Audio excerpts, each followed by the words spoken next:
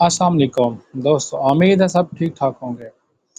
تو آج جو ہم واقعہ شیئر کریں گے وہ ہے حضرت عمر رضی اللہ عنہ کا اسلام قبول کرنا۔ حضرت عمر فاروق اسلام قبول کرنے سے پہلے سخت مزاج اور اسلام کے شدید دشمن تھے۔ ایک دن ارادہ تھا کہ وہ نبی کریم کو قتل کر دیں گے، نعوذ باللہ۔ ایک دن تلوار لے کر نکلے، راستے میں ایک شخص ملا۔ اس نے کہا، اے عمر، تم نبی صلی اللہ علیہ وسلم کو قتل کرنے جا رہے ہو، لیکن تمہاری اپنی بہن اور بہنوئی نے اسلام قبول کر لیا ہے۔ یہ سنتے ہی حضرت عمر رضی اللہ عنہ غصے میں آ گئے۔ ان کے گھر پہنچے، دیکھا وہ قرآن کی تلاوت کر رہے ہیں۔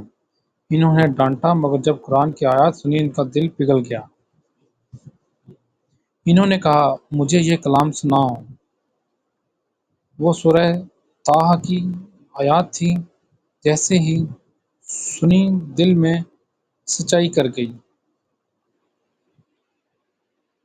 اس وقت ان کے دل میں روشنی داخل ہوئی اور وہ سیدھے نبی صلی اللہ علیہ وآلہ وسلم کے پاس گئے اور کہا، میں گواہی دیتا ہوں اللہ کے سوا کوئی معبود نہیں اور محمد صلی اللہ علیہ وسلم اللہ کے رسول ہیں۔ یوں حضرت عمر فاروق اسلام لے آئے۔ ان کے اسلام قبول کرنے کے بعد مسلمانوں